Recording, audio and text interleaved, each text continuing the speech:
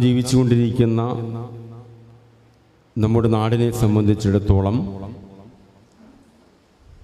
അപരവിദ്വേഷവും വെറുപ്പും ധാരാളമായി അതിന് ഉൽപ്പാദിപ്പിക്കുകയും അതിനുപയോഗപ്പെടുത്തിക്കൊണ്ട് രാഷ്ട്രീയ ലാഭങ്ങൾ കൊയ്തെടുക്കുകയും ചെയ്തുകൊണ്ടിരിക്കുന്ന ഒരു സവിശേഷ സാഹചര്യമാണ് നമ്മുടെ നാട്ടിലുള്ളത്. ഓരോരുത്തർക്കും അവരുടേതായ മതപരവും വിശ്വാസപരവുമായ ഐഡന്റിറ്റി ഉണ്ടായിരിക്കെ തന്നെ അതിൽ നിന്നുകൊണ്ട് പരസ്പരം സാഹോദര്യത്തിൻ്റെ രാഷ്ട്രീയത്തെ സാമൂഹികതയെ കെട്ടിപ്പടുക്കാൻ സാധ്യമല്ലെന്ന് വിചാരിക്കുന്ന അല്ലെങ്കിൽ പറയുന്ന ഒരു വിഭാഗം നമ്മുടെ നാട്ടിലുണ്ടാകുന്നു. മറുഭാഗത്ത് ഇത്തരം ഐഡന്റിറ്റികൾ ഉണ്ടാകുന്നത് വിദ്വേഷത്തിൻ്റെ ഭാഗമായി അല്ല അതിനുവേണ്ടി ഉപയോഗിച്ചുകൊണ്ടിരിക്കുന്ന ഒരു വിഭാഗം ഉണ്ടാകുന്നു. ഇവരെല്ലാം ഈ ആശയത്തെ സമൂഹത്തോട് സംവദിക്കാൻ വേണ്ടി, സമൂഹത്തിലേക്ക് കൺവേ ചെയ്യാൻ വേണ്ടി കടന്നുപോയിട്ടുള്ള മഹാന്മാരായ നവോത്ഥാന നായകരെ ഉപയോഗപ്പെടുത്തുകയും ചെയ്തുകൊണ്ടിരിക്കുന്നു എന്നുള്ളതാണ് നമ്മുടെ വർത്തമാനകാല ലോകം ഇന്ന് നമ്മെ പരിചയപ്പെടുത്തിക്കൊണ്ടിരിക്കുന്നത്. ഈ സന്ദർഭത്തിലാണ് വെൽഫെയർ പാർട്ടി സാഹോദര്യത്തിൻ്റെ ഗുരുദർശനം എന്ന തലക്കെട്ടിൽ നിന്നുകൊണ്ട് നമ്മുടെ നാടിൻ്റെ സാഹോദര്യ അന്തരീക്ഷം എന്ന് പറയുന്നത് നമ്മുടെ കേവലം ഒരു സ്വപ്നമല്ല, നമ്മുടെ രാജ്യത്തിൻ്റെ തന്നെ പാരമ്പര്യം നമ്മളെ പഠിപ്പിച്ചിട്ടുള്ള ഒരു രാഷ്ട്രീയ സങ്കല്പമാണ്. ഈ രാജ്യത്തിൻ്റെ തന്നെ ഒരു വലിയ പ്രത്യേകത അത് തന്നെയാണ്.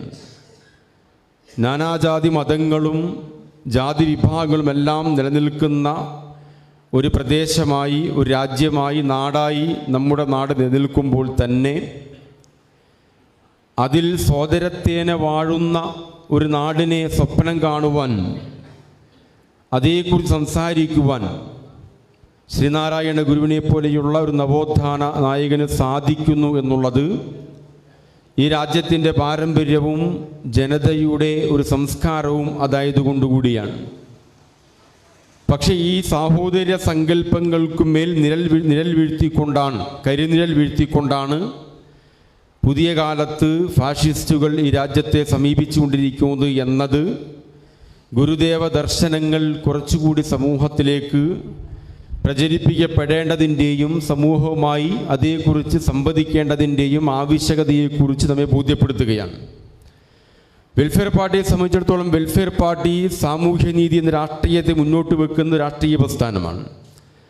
ആ സാമൂഹ്യനീതിയുടെ രാഷ്ട്രീയത്തിൻ്റെ ഭാഗമായി ഈ സമൂഹത്തിൽ മുൻകഴിഞ്ഞു പോയിട്ടുള്ള സാമൂഹിക പരിഷ്കർത്താക്കളാവട്ടെ, ഈ കാലഘട്ടത്തിൽ ആശയത്തെ മുന്നോട്ട് വെക്കുന്ന പുരോഗമന അല്ലെങ്കിൽ ഈ നാട്ടിലെ വിപ്ലവ പോരാളികളാവട്ടെ, എല്ലാ ആളുകളെയും ചേർത്ത് പിടിച്ചുകൊണ്ട് തന്നെയുള്ള, എല്ലാവരുമായി ചേർന്ന് നിന്നുകൊണ്ട് തന്നെയുള്ള ഒരു രാഷ്ട്രീയത്തെ സമൂഹത്തോട് സംസാരിക്കണമെന്നുള്ളതാണ് വെൽഫെയർ പാർട്ടി മുന്നോട്ട് വെക്കുന്ന രാഷ്ട്രീയ താല്പര്യമെന്ന് പറയുന്നത്.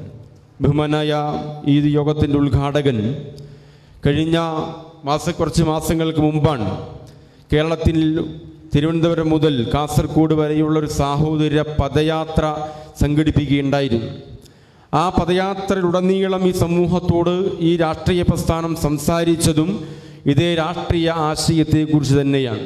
തീർച്ചയായും ശ്രീനാരായണ ഗുരുവിനെ സംബന്ധിച്ചുള്ള ഓർമ്മകൾ അയവിറക്കുന്ന, സ്മരിക്കുന്ന ഈ സന്ദർഭത്തിൽ അതിനുള്ള ഒരു വേദി ഒരുക്കുക എന്ന ഉദ്ദേശത്തോടു കൂടിയിട്ടാണ്, എന്ന ലക്ഷ്യത്തോടു കൂടിയിട്ടാണ് വെൽഫെയർ പാർട്ടി ഇത്തരം ഒരു സാഹോദര്യ സമ്മേളനം ഈ സന്ദർഭത്തിൽ സംഘടിപ്പിച്ചിട്ടുള്ളത് എന്നതുകൂടി സാന്ദർഭികമായി ഉണർത്തുവാൻ ഈ സന്ദർഭം ഉപയോഗപ്പെടുത്തുകയാണ്.